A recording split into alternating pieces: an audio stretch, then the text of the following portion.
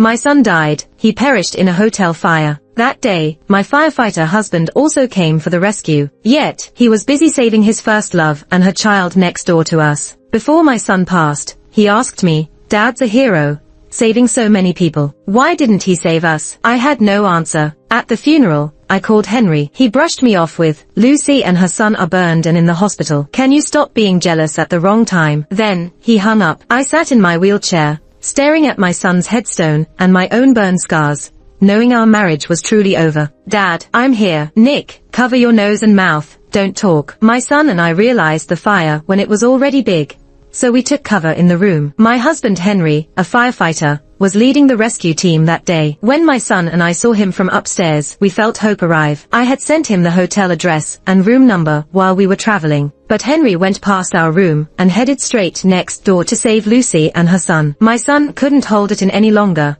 crying out, "Mom, Aunt Lucy is here too. Dad only cares about them. Is he going to ignore us again? Mom, I can't breathe well. It's so uncomfortable." The room was thick with smoke. He was only 5, barely holding on. I wrapped a wet towel for him to breathe through and rushed us to the door. "Henry, Nick's not going to make it. Please save us. Henry, I beg you. Just this once. Couldn't he turn back for us?" Henry walked past our door, and I screamed for him, my voice tearing through me, but he didn't even pause. Amidst the blazing fire, all I could hear was him comforting Lucy. "Don't worry, Lucy, with me here, you and the child will be fine." The smoke clouded my mind.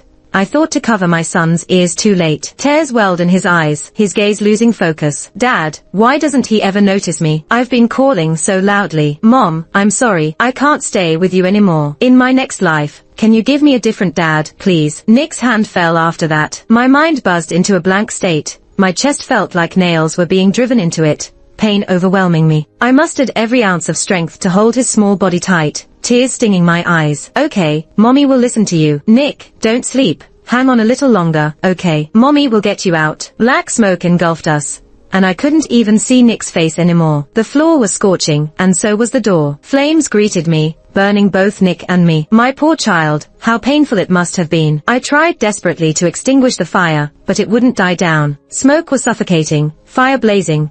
I crawled since I couldn't walk. This corridor stretched on endlessly. In the end, other firefighters found us and got us to the hospital. Henry was with Lucy in the next room. Just like in the fire, with only a wall separating us, he didn't notice Nick and me at all. His heart only for his first love and her child. The doctor tried to take me for burn treatment. I refused, kneeling, begging them to save my son. He was just having a hard time and fell asleep. "Please save him." The doctor sighed, taking Nick into the emergency room. The defibrillator was used over and over, but his small body never opened his eyes again. The doctor said, "The child suffered a lot in the fire. Don't torture his body after death." Yes, my Nick feared pain. How would he handle it? Severely burned, I asked my brother to handle the funeral and start the divorce with Henry. The divorce papers were ready the day I got injured, and I signed them. But Henry didn't answer my calls, just like on the day of the fire. Slowly, I realized he blocked me again. When he was with Lucy, he'd block me if calls annoyed him, only unblocking me when he felt better. I endured this for 6 years,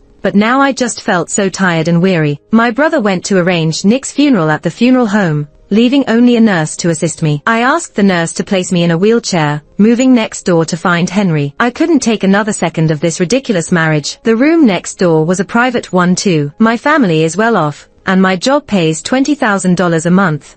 I don't need Henry's money. With his firefighter's pay, he could barely support our family, let alone this lavish single room for Lucy and her son. They came out of the fire with only some smoke stains on their faces and a few minor burns. Yet Henry was frantic with worry. I thought of Nick's unrecognizable body, and my heart hurt so much I couldn't breathe. Yes indeed, it's different when you love someone and when you don't. "Henry," I called his name, gritting my teeth. He turned, his smile fading, and he frowned instantly. "Ella, who let you in here? Get out." I was scared to upset people, wearing a cap and mask to hide my injuries. I was in a hospital gown, sitting in a wheelchair. It was clear enough that I was injured, but even then, Henry was blind to it. Afraid I'd disturb Lucy's recovery, Henry got up and pushed me out, not forgetting to warn me. "Lucy and I are just friends. How many times must I explain? Her husband passed away. She has no one. Do you need to be this petty, causing a scene over this?" I had heard those reprimands so much that my ears were calloused. Lucy didn't have a husband, yet she had Henry's care. I had a husband but lived like I didn't. The water pipes burst at home,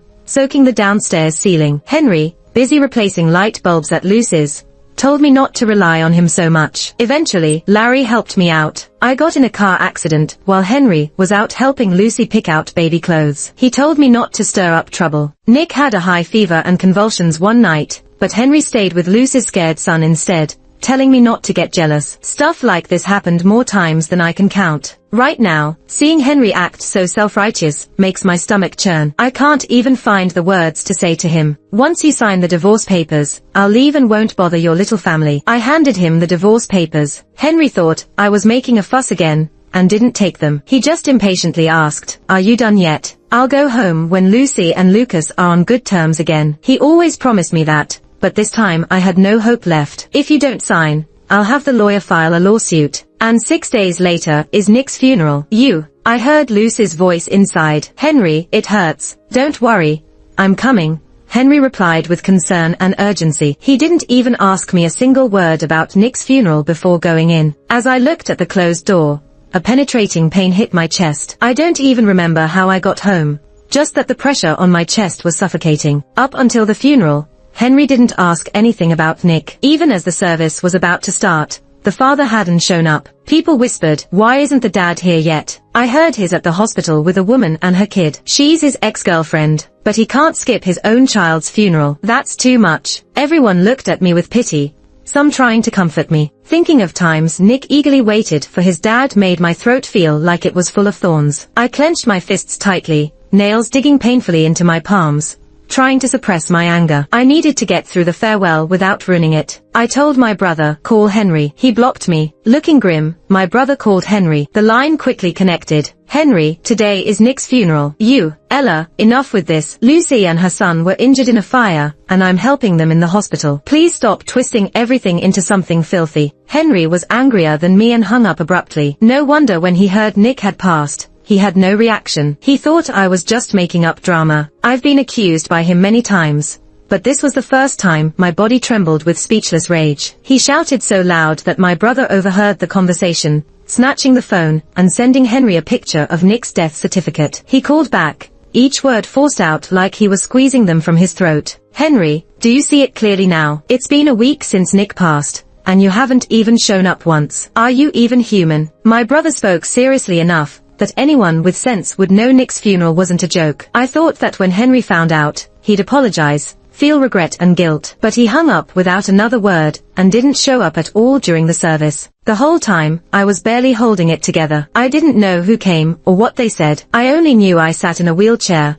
staring at Nick's smiling picture on the gravestone, with his painful voice echoing, "Mom, it hurts a lot. Mom, didn't Dad remember we stayed in this room? Why does he only remember Auntie Lucy and Lucas in the next room?" I shouted really loud, "Why can't Dad hear me? Mom, are we going to die?" Those words played over and over, like invisible threads, binding me to a nightmare I couldn't escape. After the funeral, my brother rushed me to the emergency room. I had multiple burns, and the strain outside all day caused severe infection. I had a high fever, dizzy, couldn't tell dream from reality. I only vaguely recalled someone holding my hand, repeatedly saying, "Ella, don't sleep." Once my condition was stable, I got moved to a regular ward. 10 days later, Henry was beside my bed, looking scruffy, with dark circles under his eyes and stubble on his chin, not like himself at all. When he saw me awake, a hint of joy showed on his face. "Ella, you're finally awake."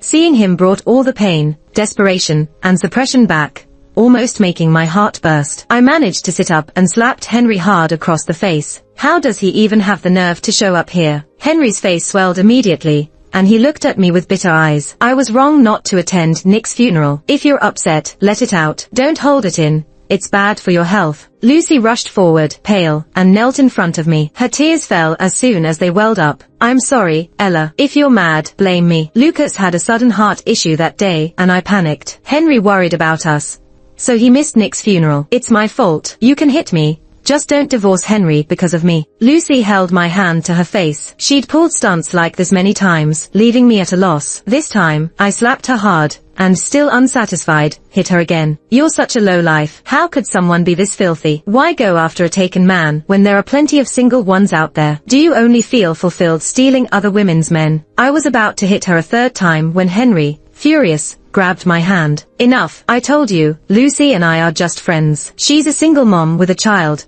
trying to manage on her own, and you insist on making it dirty. I yanked my hand away, didn't even bother to argue, just pointed at the door in disgust. Get out. Ella, how can you treat Henry like this? Lucy tried to keep talking. I grabbed whatever was nearby and threw it at both her and Henry. Get out. Both of you, get out. Henry looked at me with a complex expression, but soon left, protecting Lucy. I used to feel sad seeing this, but now I'm just numb. I come from a wealthy family, and Henry is just a firefighter from a regular background. We weren't supposed to cross paths. It all started when my best friend got dumped, and we went out for drinks. The bar caught fire, and in my darkest moment, Henry found me and risked everything to get me out. He was handsome and saved my life. I was crazy about him. After confirming he was single, I pursued him for a while before he finally agreed to date me and even proposed. Henry is a gentle person. He smiles at everyone, always stays calm, no matter how absurd the situation or people. At first glance, he seems approachable, but the closer you get, the harder it is to truly know him. After we got married, Henry handed over his salary and took on all the house chores. Everyone said I married the perfect husband, but he was always polite, and intimacy felt more like a duty than love. There was always this invisible wall between us. I thought he treated everyone this way until the day Lucy returned from overseas after her divorce. That's when I saw Henry lose control for the first time. It was our anniversary, but he took the day off, just to be with Lucy, and didn't even come home that night. I later found out Lucy was his ex-girlfriend. They had been together since middle school for almost 10 years. They were really in love. Eventually, they had to separate, because their parents didn't approve. Henry claimed he was just trying to help Lucy, because being a single mom is hard. He swore he never did anything to betray me. I believed him, so I lost completely. I forgot that betrayal isn't just physical. After Henry left, he bombarded me with messages, each a long apology. I didn't even bother reading them. I blocked him and told my brother to fire Lucy. I didn't know she was Henry's ex. I just heard she was a single mom in the media industry,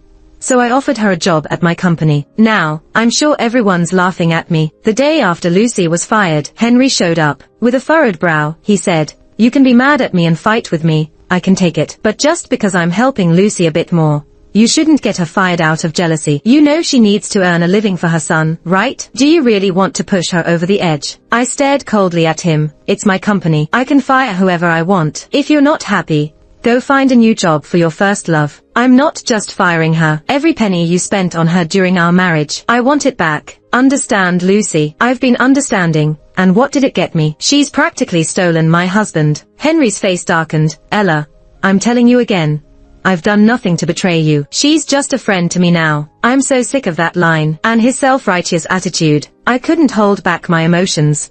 A friend more important than me and Nick. Nick's funeral was 10 days ago. If you cared even a little about us, you'd know Nick died in room 1217, right next to Lucy's. Nick called out for his dad, only to watch him violate rescue rules to save another woman and child instead. I'm not asking for you to favor me and Nick. You could have saved who you loved first, fine. But if you had bothered to ask if there were others in the room, or not told other firefighters the floor was clear, Nick wouldn't have died. I screamed at him, desperate to vent all my anger and sadness. Henry's face lost all its dissatisfaction and annoyance, leaving only pale despair. He opened his mouth in disbelief, but couldn't make a sound, his eyes filled with pain and utter chaos. Henry's only ever showed this much emotion for Lucy and her son, never before for Nick and me. This was no honor, only a hard slap of reality. Henry looked lost. "I'm sorry. I didn't know you and Nick were there. I didn't do it on purpose." Reaching for me, his voice was shaky and filled with panic. I slapped his hand away. "I told you our hotel room number in messages more than once, but you were too busy worrying about Lucy and her son, right? You even forgot Nick and I were on vacation." Henry turned ghostly pale, trembling as he scrolled through his phone. I loved sharing every bit of my life with him. It was mostly me talking. The night before Nick died, he wanted to video call his dad, but Henry was on a call with Lucy's son, Lucas. He said Lucas didn't have a dad and needed his support, so he ignored Nick, who tried to call 3 times. To cheer Nick up, I suggested we make a video. Nick was happy as he talked to the camera, sharing the places we visited and excitedly inviting Henry to join us. Henry opened the video with trembling hands, his eyes red and tears streaming down his face, as he held back sobs in his throat. I had never seen him look this shattered, and seeing him like this didn't bring me any joy. just a gut-wrenching pain. What good is his regret now? My Nick isn't coming back. Henry clutched his phone tightly, his voice hoarse. I'm sorry for what happened to Nick. It's my fault. If you hate me, I deserve it. But don't take it out on Lucy and Lucas. They didn't do anything wrong. You shouldn't. I grabbed the nearest water cup and threw it at his head, my anger almost consuming me. Blood trickled down Henry's forehead. If you want to protect those you care about, Henry, you better make sure you have the ability to do so. Get out. I didn't want to speak another word to him. A man like him doesn't deserve to be Nick's father. The commotion in the room was loud enough that my brother Jack and Larry came in with the medical staff to get Henry out. I had just come out of the ICU, my body was weak, and with all this emotional turmoil, I was feeling dizzy. My brother hadn't been to work for over 2 weeks now, and the workload had piled up. He told me to rest well and left Larry and the caretaker to look after me before rushing to the office. Larry, a friend of my brother's with a laid-back demeanor I never thought would become a lawyer, stunned us all when he did. I hired him for my divorce. Larry sat next to my hospital bed, grabbed an apple, and took a bite. So, what do you want to do? During our marriage, Henry spent all his earnings on Lucy and her son, and even borrowed $20,000 from me. I want to recover what he spent on his mistress and divorce him. Also, Henry violated fire safety protocols, delaying Nick's rescue, leading to his death and my severe injury. I want to report him to his leaders. I can't move well, so I'm asking you, Larry, to help arrange it. I argued with Henry until I was dizzy, but my mind was especially clear. It's not about the money. I just want Henry and Lucy to be miserable. Plus, everyone on his team needs to know about the despicable things he's done, so no one else becomes a victim of his selfishness. Larry agreed quickly and started preparing to recover the funds and file the lawsuit. That night, Henry showed up with a bandage on his head, carrying a thermos into the hospital room. I've taken a lot of leave recently, so I can't take more. Sorry for being late. You're injured, and there's a lot you shouldn't eat. So I made something light and nutritious. Try it. Henry unpacked the food and poured some soup, acting like nothing happened. He has 10 days of annual leave a year, 9.5 of which he spends with Lucy's family, leaving the half day for emergencies. I glanced at the food. It looked good, but the next second, I overturned everything on the floor, soup included. You bring me a meal and expect me to drop the pursuit of the money you spent on your mistress. Henry looked at the food on the floor, his face turning ashen. Ella, can't you not speak so harshly? I'm clean with Lucy. That money was just a loan to her. I don't get why you're taking it out on her. I'd heard this kind of talk too many times and couldn't help but cough in anger. Henry fell silent and helped pat my back. Before Lucy, we were seen as the perfect couple. I wouldn't have had Nick otherwise. I don't know how things got this way between us. Henry sighed and softened his voice. You're weak. Can we not fight? You, having a child, should understand how hard things are for Lucy. She lost her job and making her repay now. How is that humane? Think about it. I realized some things could never be clear with him, and I didn't want to waste my breath. Don't want more injuries. Get out. Henry frowned. Lucy called him. Lucas couldn't sleep without him. He lost interest in arguing with me. Ella, you're upset now. Let's talk when you're calmer. Whenever Lucy caused trouble, instead of comforting me, Henry blamed me and told me to manage my emotions. He must have thought I'd eventually let things slide like before. But he didn't understand. When Nick died, we were done. I didn't want to stay in the hospital, where Henry and Lucy could disturb my rest, and checked out the same night to go home. The next day, Henry couldn't reach me and asked mutual friends to check on me. You just survived a severe infection. Where'd you go if not the hospital? Henry's worried about you. I scoffed. Ask Henry, if he's so worried. Why did he argue over his ex with me right after I left the ICU? And why, after less than 10 minutes in my room, did he rush to Lucy's? Don't even. I hung up, then mentioned Henry and Lucy in a group chat. Stop dragging me into your play. Enough with the charade. Are you too blind? Own it, Henry. Admit you like your ex. I might not be this disgusted. And Lucy, take note, everyone. Watch your husbands, or you might end up like me. No one said a word in the group. Everyone was probably buzzing about it privately. Henry texted me from a new number. You hate me. Do what you want with me, but stop targeting Lucy and her son. They're innocent. Anyone could claim innocence, but not those benefiting from this. I used to keep mum about their dirty laundry because of pride. Now that Nick's gone, I'd rather they, Henry and Lucy, were too. I called Henry with a cold tone. Don't worry, Henry, you're involved too. None of you are getting away. Do you really have to be like this? Yes, you're so aggressive now, Ella. I barely recognize you. What a coincidence, Henry. I feel like I've never truly known you. If I knew he was this oblivious, I wouldn't have married him. Then my kid wouldn't have to be told every day that he's not as sensible as Lucas. He wouldn't feel inferior and sensitive, nor would he be crushed when disappointed. Larry worked quickly, and the court ruled that Lucy had to pay me back $1.85 million. But, like Larry said from the start, I didn't have concrete evidence of Henry's cheating. The court didn't find the marriage irreparably broken, so no divorce was granted. Henry wasn't happy about me pressuring Lucy to repay the money. He wanted to borrow money to pay her back himself, but I refused. I had Larry tell him, "Henry, if you want to support your mistress and her kid, I'm not stopping you. We'll get a divorce, and post-divorce, you can do whatever you want. But right now, any loan you take is our joint debt, and I'm not agreeing to it." I thought Henry would agree easily. He cares so much about Lucy and her kid. How could he bear to watch them suffer? But I was wrong. Henry wanted to meet and talk to me, but I declined. Larry came back and told me, "Henry refuses to divorce. He thinks your relationship is just fine. He believes you're just misunderstanding him and are upset at the moment." I've realized I really don't know Henry. He's all about Lucy and her kid now. He's become more impatient with me over the years, treating me worse than a stranger. I don't understand why he's still holding on. If Henry won't make things easy for me, I'm not going to be patient like before. He wants to drag this out. I'll make him beg for divorce later. The complaint letter has already reached the fire department, and it's been processed over the days. The discipline inspection department called, saying they wanted to talk to me. I agreed. A whole group of them came over. Knowing I was recovering, they even brought some supplements. However, I didn't expect them to bring Henry along too. The leader spoke earnestly. "Henry has already explained the situation to us. It's indeed his fault. Henry, come over here and seriously apologize to Ella." Henry looked thinner and had dark circles under his eyes. He walked up to me, his voice hoarse. "I'm sorry, Ella. I promise this won't happen again." I clenched my hands tightly. "You promise? What good is your promise? Nick is already gone. Can your apology bring him back?" "Henry, you didn't even show up for your son's funeral. You're truly heartless." Henry swallowed. The usually calm and composed man seemed utterly panicked. "I'm sorry about Nick, but Lucas had a heart attack. He doesn't have a dad, and Lucy doesn't know much. I just couldn't leave." Is Lucy only surrounded by dead people? She's 35, not a 5-year-old. If you didn't want to attend the funeral, just say it. Aren't you tired of making excuses? I looked around, my voice trembling.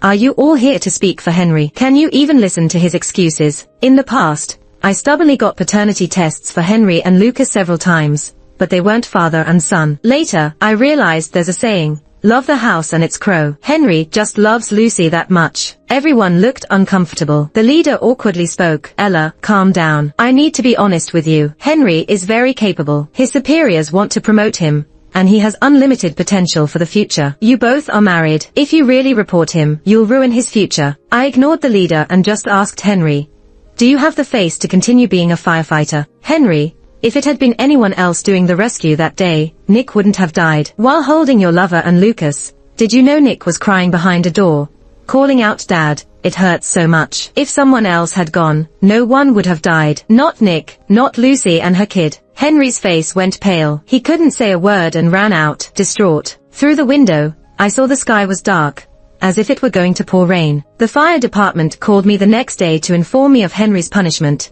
a major demerit, demotion, and dismissal from his role as captain. I was feeling better, and went to visit Nick's grave. He'd only been gone a month, but it felt like ages. Sometimes I dream of him crying at night, waking up and I can't go back to sleep. Feeling every minute is unbearable. I didn't expect Henry to be there too. There were flowers, toys, a small cake, and snacks in front of Nick's tombstone. I walked over expressionless and kicked them all away. Henry frowned. "Ella, whatever issues are between us, you can take it out on me. But don't act this way in front of Nick. He's my child too." "But you brought what Lucas likes." "Nick doesn't like sweets or these toys." I placed Lego, a Rubik's Cube, and Nick's favorite spicy snacks on the grave. Henry helplessly crouched down to help.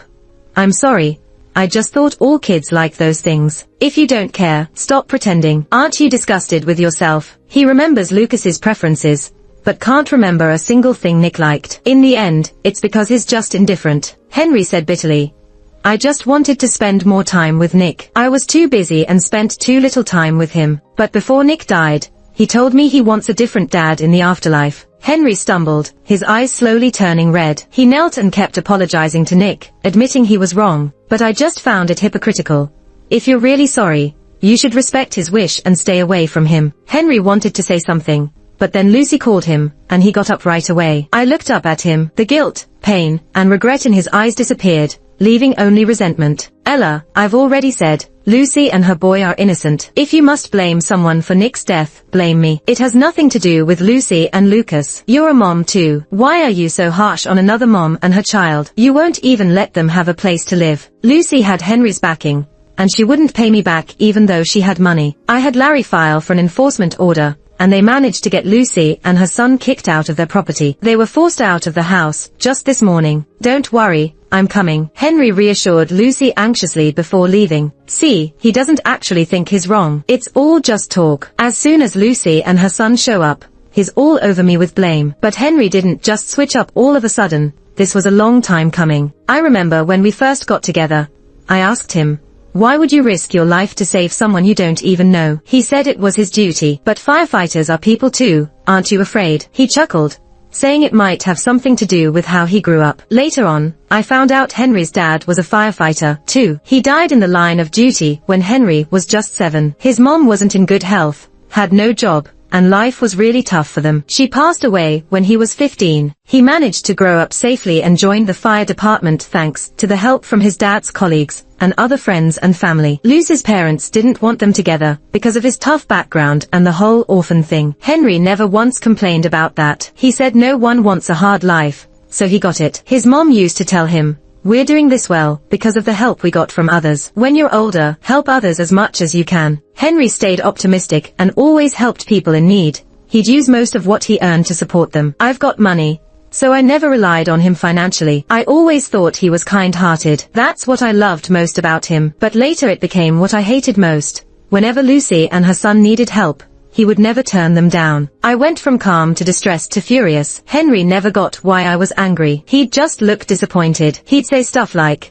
I've helped other people before, and you never said anything. So why get all worked up over Lucy and her son? I've never crossed any lines with her. Can you please stop being unreasonable and jealous over nothing? I snapped out of my thoughts after an hour with Nick. But then I saw Henry again, while paying my respects, and later ran into him and Lucy with her kid. Only they were upstairs, and I was downstairs. A crowd of onlookers surrounded me. Lucy was holding her kid on the edge of the rooftop, while Henry and the police tried to calm her down. They already had an air cushion ready and a fire truck standing by. Lucy saw me and screamed desperately, Ella, do I really have to die for you to leave us alone? My phone rang. Knowing I'd blocked him, Henry borrowed someone else's phone to call me. He pleaded, please, don't rile her up. They've been through enough. If you're mad, take it out on me. I nearly shouted, feel sorry for them. Did you know during the fire, they knew Nick and I were next door, but didn't warn you? Henry froze, almost panicking. No way. Lucy's a good person. She wouldn't do that. People blinded by their beliefs never see the truth. I hung up and yelled to Lucy, aren't you gonna jump? Go ahead. If you can't let your kid jump, maybe you can jump. Cops and firefighters rushed at me, trying to stop me, and the crowd stared, criticizing. I was about to scream when someone handed me a megaphone. It was Larry. He shrugged. Screaming's bad for your voice. Don't want your brother worrying. He reminded me he'd been adamant about keeping me safe. I took the megaphone. What's everyone worried about? Lucy never planned to jump. Does she look like she's gonna actually do it? Everyone looked at Lucy on the rooftop, silent. Larry nudged me to stand on something so everyone could see. I hesitated but climbed up.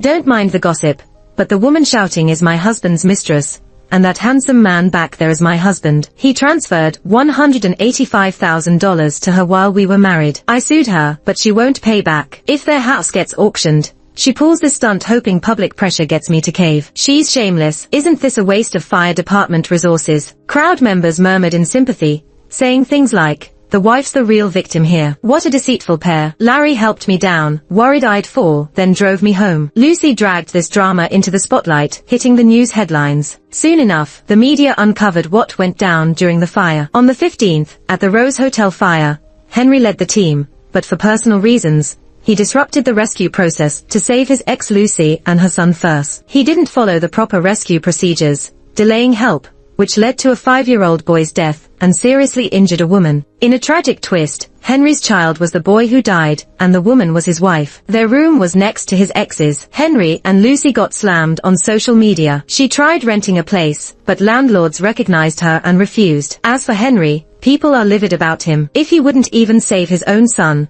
How can anyone trust him with the duty to save others? Henry attempted to reach out to me multiple times, but failed. Eventually, he got a lawyer to start the divorce process. Larry's handling my divorce, coordinating with the other lawyer. He told me Henry left a message through his attorney. On the day of the fire, Lucy was just too panicked and forgot you and Nick were next door. He's disappointed you'd push things without getting facts straight. So he's decided to divorce you. Is he just too gullible, easily fooled by Lucy? Or is he unwilling to face the truth that he helped someone with bad intentions, leading to his son's death? I don't really get it, and honestly, I don't have the energy to dig any deeper. When I loved him, I racked my brain to find excuses for him, desperately looking for any tiny proof that he loved me and Nick. But now, none of that matters. Larry, let's go talk to Henry about the divorce. We should file the papers today and have the discussion at my place. Right after Nick passed, I couldn't even go home. I was afraid that being in a familiar space would make me lose it. Plus, I couldn't stand being under the same roof as Henry anymore. Now that I'm set on leaving him, I know I want to keep the house filled with memories of Nick. I'll make Henry pack his things and leave. Larry gave the other lawyer a heads up, then drove me over. When we got to the house, the lawyer called and said it was better to meet at a cafe. I just want to get this divorce over with, so I agreed quickly. But since we were already at the house, I decided to grab Nick's favorite Lego set. I planned to take it to his grave once the divorce stuff was settled. When I tried to enter, the code wouldn't work. I tried twice and got it wrong each time. Then suddenly, I heard a familiar woman's voice from inside. Who's there? The door opened and there was Lucy, in her pajamas, with Lucas behind her. He was also in casual home wear. The living room looked different now, clearly set up for them to stay. This was my and Henry's marital home. We weren't even divorced yet, and he had let another woman stay here with her kid. What did he think this place was? Blood rushed to my head. Everything got blurry. Lucy tried to close the door quickly. Larry clicked his tongue impatiently and kicked the door open. You can't come in. Lucy hesitated, trying to block me. Get out of my way. I shoved past her, storming inside. Seeing the bedroom all new, with no trace of Nick left, broke me. Nick's clothes, shoes, toys, photos, where were they? Grabbing Lucy by the collar, I was on the brink of an emotional breakdown. Her eyes darted everywhere. Lucas piped up. Mom said keeping a dead person's stuff around is bad luck. So she threw it all out. That snapped the last string of sanity in my mind. I screamed, grabbed Lucy by the hair, and slapped her hard across the face. She fell to the floor, and I jumped on her, wanting to make her pay. Why did she have to erase even the last traces of my child who was already gone? Henry always claimed she and her son were innocent. But what about Nick and me? Did we deserve this? Stop it. Ella, what are you doing? Keep this up, and I'll call the cops. Henry ran in, furious, helping Lucy without even asking what happened, just like always. He tried to pull me away, but Larry blocked him. Larry smirked at Henry. Mr. Henry, let the women sort this out. It's not your place. Larry might have looked slender, but he was a national kickboxing champ. Henry couldn't budge him, and worried about Lucy, he opted to call the police. Ella, Lucy being soft-hearted isn't an excuse for you to bully her. Last time you hit her, she let it go, but instead of learning, you got worse. I understand losing a child is painful, but don't take it out on innocent people. I slapped him hard. Henry,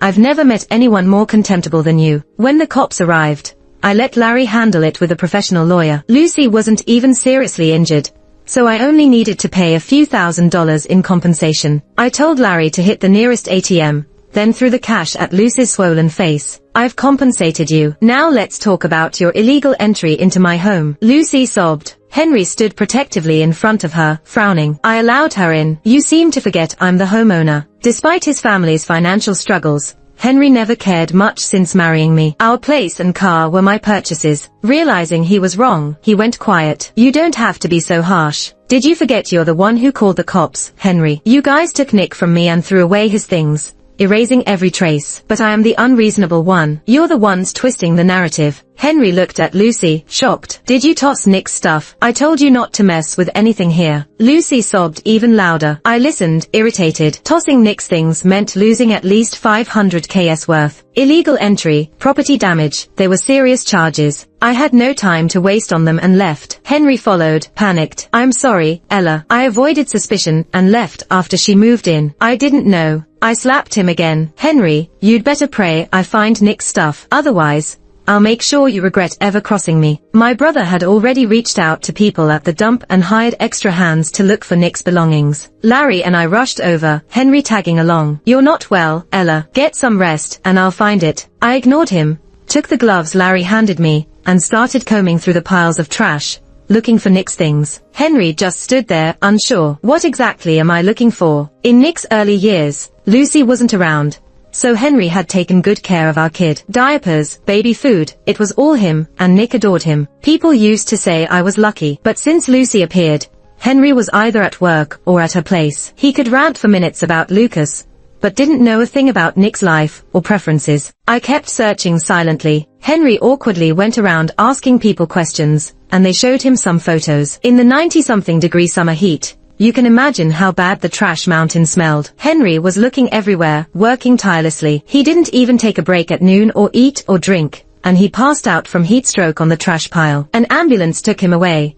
but once he regained consciousness, he rushed back, gritting his teeth and digging through the trash. From the lawyer's side, there was a question. Miss Ella, this Miss Lucy wants to talk to you. She says that as long as she doesn't go to jail, she's willing to make any financial compensation for the losses she caused you. You tell her that she and her son should go kneel at my son's grave. When they find all of Nick's things, every single one, then they can get up. If she agrees to that, I won't prosecute her. I hung up the phone. Henry frowned and said, Lucy went too far this time, but she's in poor health, and Lucas has a congenital heart disease, so I cut him off. You can go kneel with them too, otherwise, I'll make sure she goes to jail. As for my son's things, he doesn't need you to search for them. You missed 2 years of Nick's life, and now, Nick doesn't need you at all. I shoved Henry aside and kept searching through the trash. Larry would tell me every day about Henry and those two. I meant what I said. They kneel, day and night, it's their choice. Who cares if their bodies can handle it? The little bit of hardship they suffer doesn't compare to 1/10 of Nick's pain. It took a full 2 days to find everything. I didn't care how dirty it was. I hugged it all to me with joy and tears streaming down my face. Larry patted my shoulder. Come on, let's go home. Nick would be worried if he saw you like this. At home, everything felt strange, and it made me sick. I had everything thrown out to the trash pile. Henry and Lucy, along with her son, knelt for 2 whole days and nights. Even if it wasn't very proper kneeling, their bodies couldn't take it, and they all walked unsteadily. You threw my stuff away. Henry, Lucy's voice quivered with tears. Annoyed by her crying, I grabbed a picture frame and threw it at her. Even if a few $1,000s means hitting you once, I can afford that price. Even if Lucy didn't accept the settlement, the worst would be a few days locked up, and I could handle that outcome. Lucy gasped like a duck with its throat caught, but she didn't dare cry anymore. She just looked at Henry with teary eyes. Henry looked at me with a complicated expression. We've done what you asked. Can you withdraw the charges now? Of course. As Lucy smiled, I continued, but Henry, I've changed my mind. I'm not getting divorced. I'll wait it out and teach you all what true harassment and deliberate targeting looks like. Henry shouldn't think he can take divorce money from me to support Lucy and her son. None of them will have a good time. After throwing out Lucy's stuff, I tossed out all of Henry's things too, and changed the house's lock code. Henry, you borrowed a total of $200,000 from me during the marriage, and you promised to repay me with your salary. If you can afford to say you'll pay off Lucy's $185,000, don't drag out repaying me on purpose. Henry, being competitive, became as accomplished as he was. Similarly, he couldn't stand being provoked. Even though Lucy tried to stop him from paying the money back, he still transferred it to me. That was all the ready cash he had at his disposal. Henry looked a bit awkward.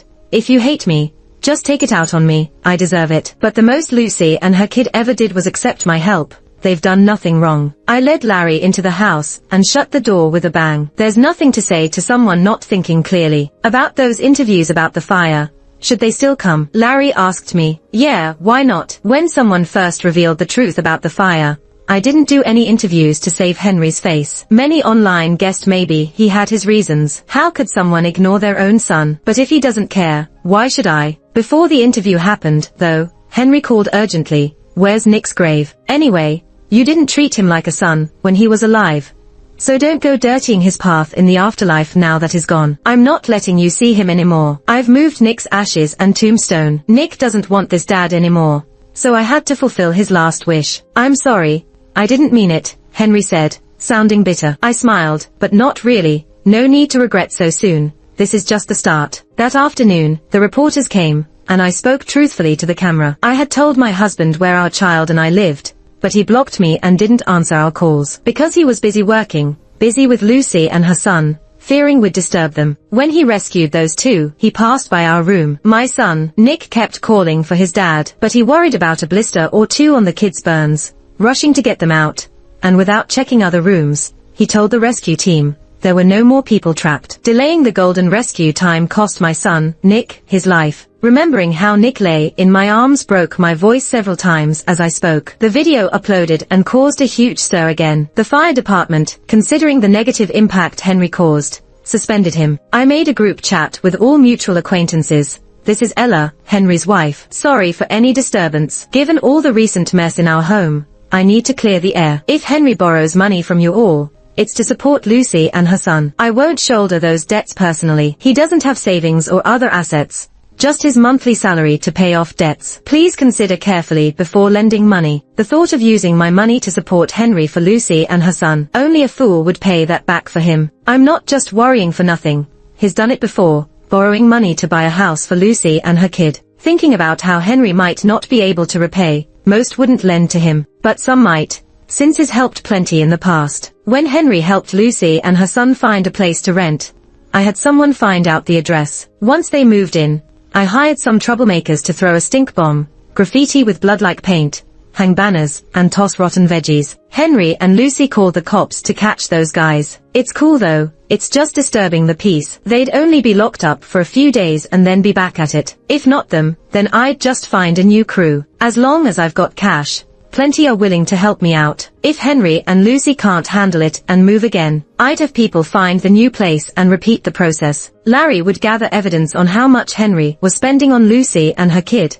filing for recovery of our shared assets every week. If Lucy can't pay back, it's no problem. She has a car, could be sold at auction. No car, no biggie, we'd freeze her bank account instead. If Henry and Lucy aren't embarrassed by this, why should I be bothered? Back then, when I just mentioned something, Henry would accuse me of singling out Lucy and picking on them. I wasn't about to take that blame for nothing. Larry usually deals with cases worth billions, so doing this small stuff for me isn't really using his skills. I suggested he get another attorney on it. Larry said, your brother and sister-in-law feel bad enough for not looking out for their nephew. They can't let anyone bully you. If I wash my hands of this, they'd flay me alive. I needed a break anyways, so I'm here for a change of pace. All this lasted about a month before Lucy couldn't take it anymore, mainly because her son has a heart condition. After a few scares, it was nearly fatal, and she couldn't even cover the medical bills. Henry confronted me. Aren't you afraid of causing a death with all this? I laughed. Why should I be? Henry didn't expect my answer.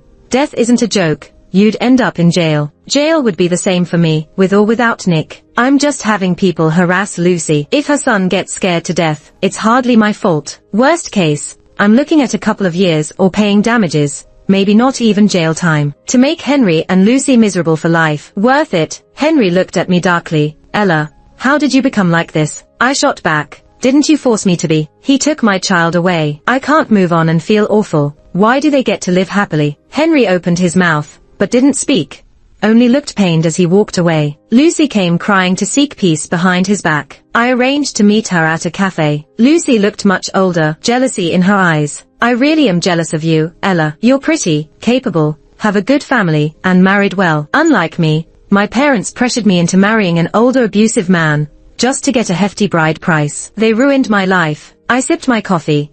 I'm not here to hear your sob story. Her parents wronged her, not me. I'm not Henry.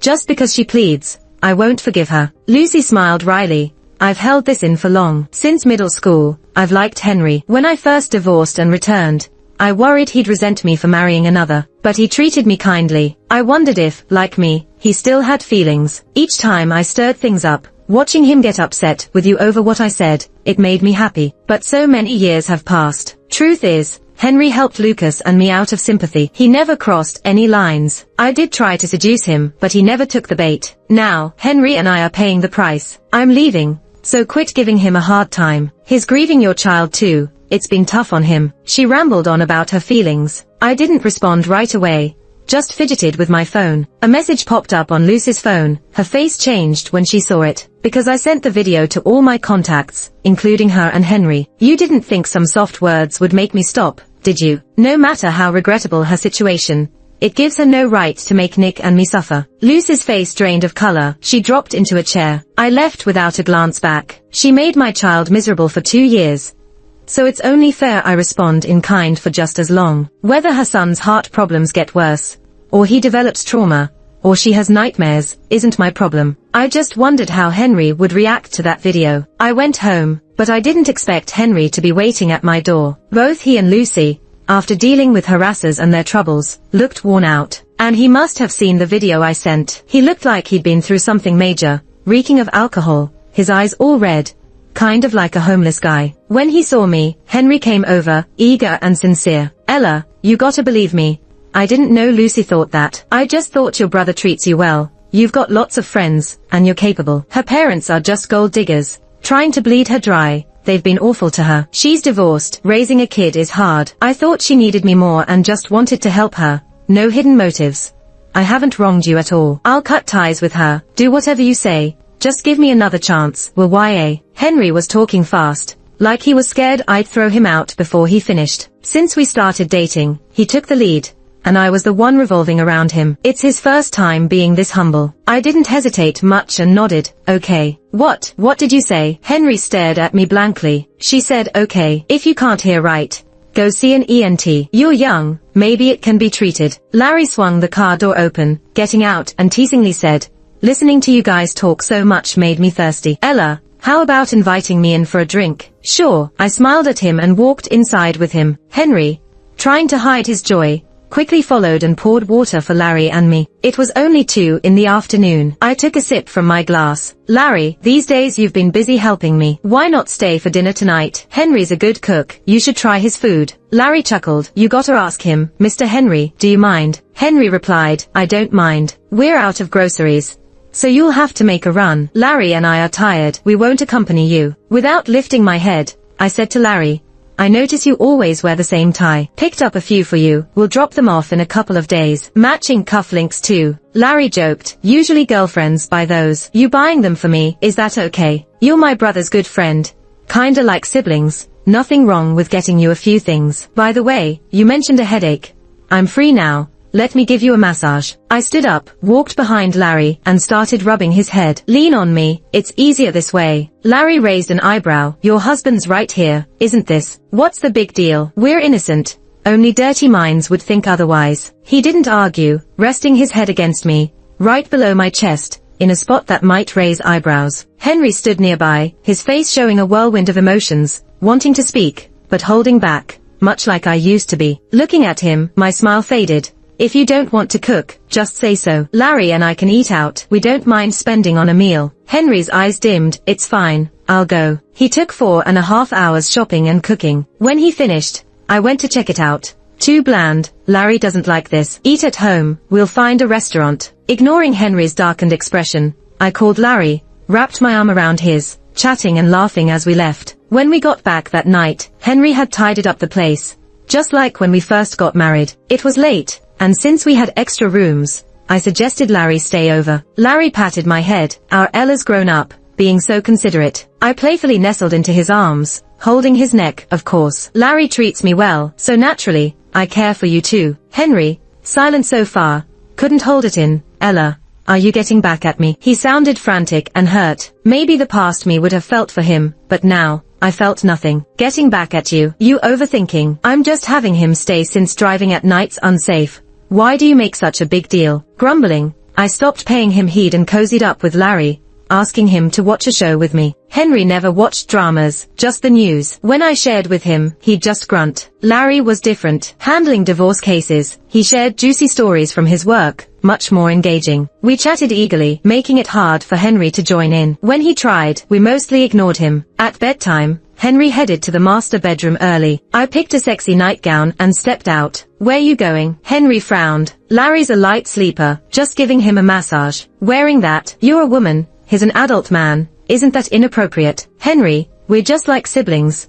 Don't be jealous without reason. Today's events all echoed past ones. Henry and Lucy had similar talks before. I was just returning the favor, no biggie. I thought Henry, with his stubbornness, would hold out a month or two, but in just 2 days, he cracked. When Henry came with divorce papers, He looked worn out with panda eyes. Sorry for the hurt I've caused you and Nick. I always thought. I just took one look and quickly signed the divorce papers, then went to file the application. After the cooling off period, we got our divorce certificate. Henry, who used to never touch a drop of alcohol, now drinks all day. He looks so defeated and messy, a shadow of his former self. From the time we met until now, he saved my life once, and then took my son's life. Now I've had my revenge, but seeing him so downtrodden doesn't bring me any joy, just a feeling of suffocation. We used to be a happy family of 3 once upon a time. I didn't say anything, just turned around and got into the car. Lucy, with Lucas, is harassed daily by people I arranged, living a miserable life. Yet Nick's death still weighs heavily on my heart, keeping me awake at night and making it hard to focus on work. Maybe someday, I'll let go of Nick and start a new journey. Epilogue. Meeting Ella after saving her was an accident. She's beautiful, capable, and gentle, making it easy for anyone to fall for her. I didn't plan to get close to this rich lady at first, but Ella showed up. We got married. That time felt like a dream whenever I think about it, but that only lasted the first couple of years. Gradually, something changed. Sometimes when I went out to help people, acquaintances would tease me. Henry must be spending all his money on others. What's he using to support his wife and kid? Anyone else would worry about that. But Ella's family has money, and she earns well too. She lets Henry do good deeds. Colleagues chatting about life's pressures bring up my name. I envy Henry, marrying a good wife. No worries about mortgages or loans. I wish I could be carefree like Henry. Or if only I looked as good as Henry, I wouldn't have to worry. Henry does all the housework and cooks great meals for his wife. Can you do that? Teasing like that is constant. I know I shouldn't take it to heart, but it feels weird facing Ella each time. When I'm worried about helping someone but don't have enough money, Ella would laugh and say, "Why are you worrying? Tell me if you need money, I've got it." She was just trying to help. I used to feel happy about it, but later, it left an indescribable feeling. Especially when visiting Ella's family. My brother-in-law often had talks with me. I understand you want to help, but not everyone can be helped, not even Ella's family. Henry, helping others within your means is good, but beyond that, it's a burden. You're married now, consider your family. Don't rely just on Ella. Others have told me similar things, but hearing it from him felt humiliating. I tried not helping others, but tossing and turning in bed felt wrong. I tried making more money, but I'm just a firefighter, lacking other skills. Even after coming home from work, I did all the housework, cooked Ella's favorite dishes, yet things felt different. When Nick was 3, life was extremely tough, until Lucy came back, battered, holding Lucas, asking for my help. Ella is beautiful, strong, and independent, handling everything herself. I felt like an unnecessary addition, but Lucy was different, weak, teary, and clueless. She needed someone for everything. Taking care of her and Lucas occupied all my time, and eased my anxiety. But then, Ella suddenly started fighting with me. I didn't understand. I helped Lucy like I helped others. Why was Ella so particular? I told her many times. I had no unfaithful thoughts towards Lucy, nor did I do anything to betray her. I knew Lucy tried to flirt with me, but I saw it as a lack of security on her part. As long as I didn't cross the line and stayed faithful, it was okay. I lived like that for 2 years until Nick's death made Ella erupt. Perhaps she tolerated me too much before, and that moment made me realize she could also be angry and disappointed and could choose to leave. Knowing Nick died because of my mistake haunted my nights with nightmares, yet I believed there was still hope with Ella since I hadn't cheated. But seeing her with Larry at our home for those 2 days shattered that illusion. Hurting someone doesn't always need infidelity. Such a life was unbearable for even 1 day, so how did she endure it for 2 whole years? I started loathing myself, began to regret. But no matter what, Nick was gone, and Ella and I were impossible. Seeing fire reminds me of Nick, his cries for help. I developed a phobia and resigned. I wanted to do something for Nick, like volunteering to teach as good karma for him. During 10 years in the mountains, I lost a leg trying to save a trafficked woman. I have no regrets, but I regret saving so many yet failing my own son and marriage. Heard Lucy and Lucas were harassed by thugs for 2 years until Ella stopped it. But Lucy started seeing another man, whose wife, fierce, caused Lucas a fatal heart attack. Lucy blinded the woman in one eye and ended up jailed. In the 11th year, Ella was getting remarried.